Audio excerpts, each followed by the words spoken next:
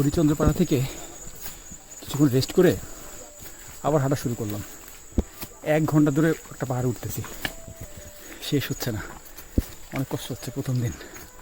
তাছাড়া পেছনে যে ব্যাগ, এটার ওজন সব মিলে 15 কেজির উপর হবে। এটা নিয়ে ওঠা খুবই কষ্ট।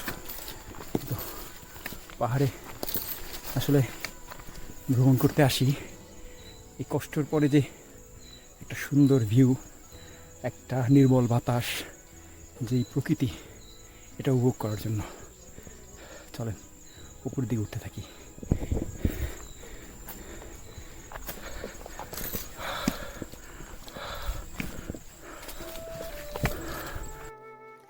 সেই সকাল 10টা থেকে টানা হাঁটা, এখন প্রায় শেষ বিকেল।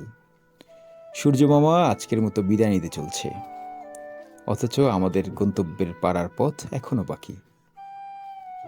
পাহাড়ে সন্ধ্যা নামে খুব দ্রুত, তাই অন্ধকার নামার আগেই পাড়ায় পৌঁছানোর তাগিদ আছে। কিন্তু দীর্ঘ পথ চলা, ক্লান্ত শরীর যে তাড়াহুড়ো মানতে চাইছে না। তবু পাহাড়ের প্রতিটা মুহূর্ত আলাদা রকমের সুন্দর। শেষ বিকেলের এই আলো, এই নীরবতা, কিছুই আমরা মিস করতে চাই না। তাই হেলে দুলে ধীরে ধীরে ক্লান্ত শরীরের সাথে সৌন্দর্যকে সঙ্গী করেই এগিয়ে চলি আমাদের পথে।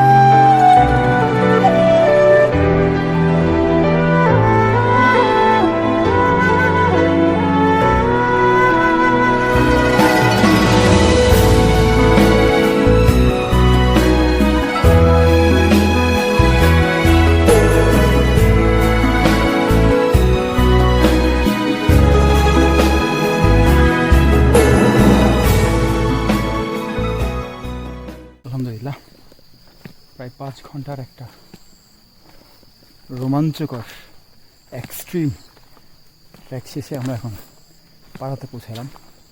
আমি আপনাদেরকে পাড়া পুরোটা দেখাবো। আগে পাড়াতে ঢুকি, দেখি কোন ঘরটা আমাদের জন্য।